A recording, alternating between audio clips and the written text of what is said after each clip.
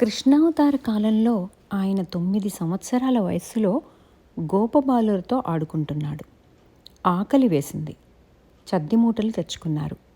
కానీ వాటిని తినేసిన తర్వాత మళ్ళీ ఆకలి వేసింది.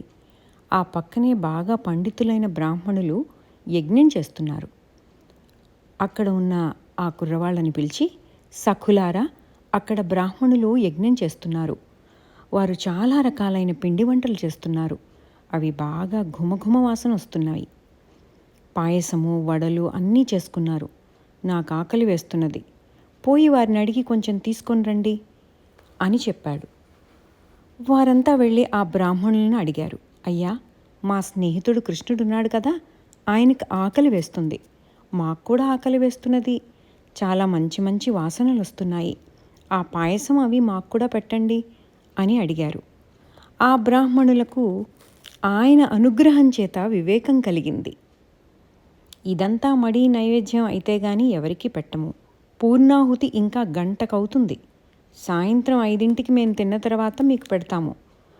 ఇలాంటి సమాధానాలేవి చెప్పకుండా, ఏమో ఈ అడిగేవారెవరో, ఎందుకు అడుగుతున్నాడో, మన ఆచారాన్ని మన మడిని అక్కడ పక్కన పెట్టి యజ్ఞఫలాలిచ్చేవాడు అడుగుతున్నాడేమో అనేటటువంటి వివేకం భౌతికంగా శ్రీకృష్ణుడు అక్కడ ఉండటం చేత, ఆయన అనుగ్రహం చేత వారిలో వివేకం కలిగి ఆ యజ్ఞకర్తలు పత్నులను పిలిచి ముందర అడిగిన వారికి ఆ గోపపుత్రులకు పాయసాలన్నీ ఇచ్చి పంపించి వేయండి, వారిని తిననివ్వండి అని ఇచ్చేశారట.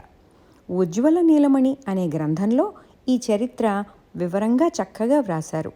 అసలు వారి జ్ఞానానికి ఆచారం అడ్డు రావాల్సింది అని అంటారు. నిర్గుణ బ్రహ్మ వస్తువు పొందబడేటటువంటి వస్తువు, పొందబడిన తర్వాత తెలిసే వస్తువు.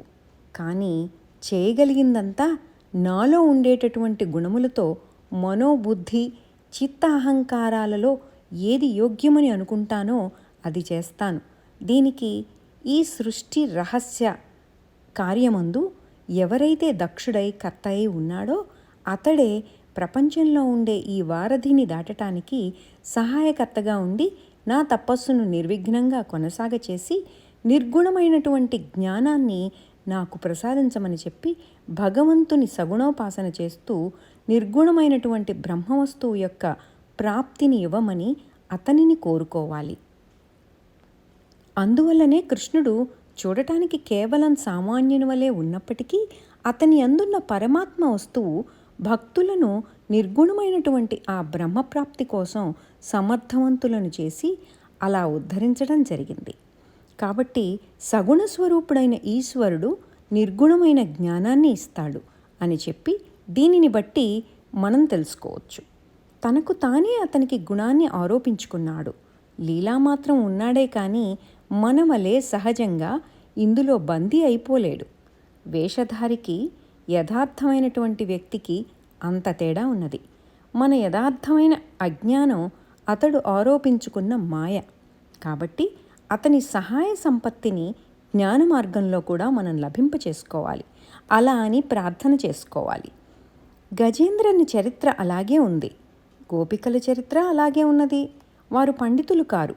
గజేంద్రుడేమో ప్రాణోపద్రవం కలిగి చనిపోయే ముందు లావొక్కింతయు లేదు అని చెప్పిన పద్యం అందరికీ తెలిసినటువంటిదే. అప్పుడు దేహాత్మభావన నుండి బయటికి వచ్చినటువంటి యోగస్థితిని స్ఫురింపచేస్తున్నది. లావొక్కింతయు లేదు అంటే శరీరంలో బలం లేదు. ధైర్యంబు విలోలంబయ్యే, ప్రాణంబులు ఠావులు దప్పెన్ అంటే వాటి వాటి స్థానాల నుండి ప్రాణాలు వెళ్ళిపోయినవి.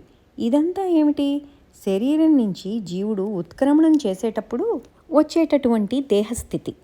అప్పుడు దేహాత్మభావన కూడా పోయి దేహాత్మభావన యొక్క జ్ఞాపకము, దాని స్మృతి కొద్దిగా ఉంటుంది.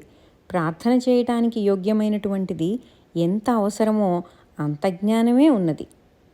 అలాగే ఈ బ్రాహ్మణులు కూడా ఆయన అనుగ్రహం చేత యజ్ఞ ఆచారాన్ని పక్కకు తోసేశారు. ఆ బ్రాహ్మణుల్లో ఒక వృద్ధుడున్నాడు, కాస్త వివేకం కలిగినవాడు. యజ్ఞం చేసేటప్పుడు ఈ యజ్ఞఫలం అంతా ఈశ్వరార్పణం చేస్తాం కదా, దాని నుండే కదా వస్తున్నది. ఈశ్వరుడు సర్వాంతర్యామి కదా. ఈ కృష్ణునిలో ఈశ్వరుడున్నాడని అంటున్నారు. ఉన్నాడేమో ఇతడేమో చాలా మహత్తులవి చేస్తున్నాడని అంటున్నారు. ఏమైనప్పటికీ తప్పో ఒప్పో తప్పు చేసినా ఈశ్వరార్పణం అనుకుని చెడిపోయినా తిరిగి చేసుకుందాం, కానీ అడిగిన వారికి లేదనంటే దోషం వస్తుంది కాబట్టి ఆయనకి ఇవ్వటమే మంచిది అని విమర్శ చేసినాడు. వారి యజ్ఞం పూర్తి కాకపోయినా ఫలం అప్పుడే వచ్చేసింది. ఆ యజ్ఞానికి వచ్చే ఫలానికన్నా శతాధిక సహస్రాధికంగా వచ్చి వాళ్లను తరింపచేసింది.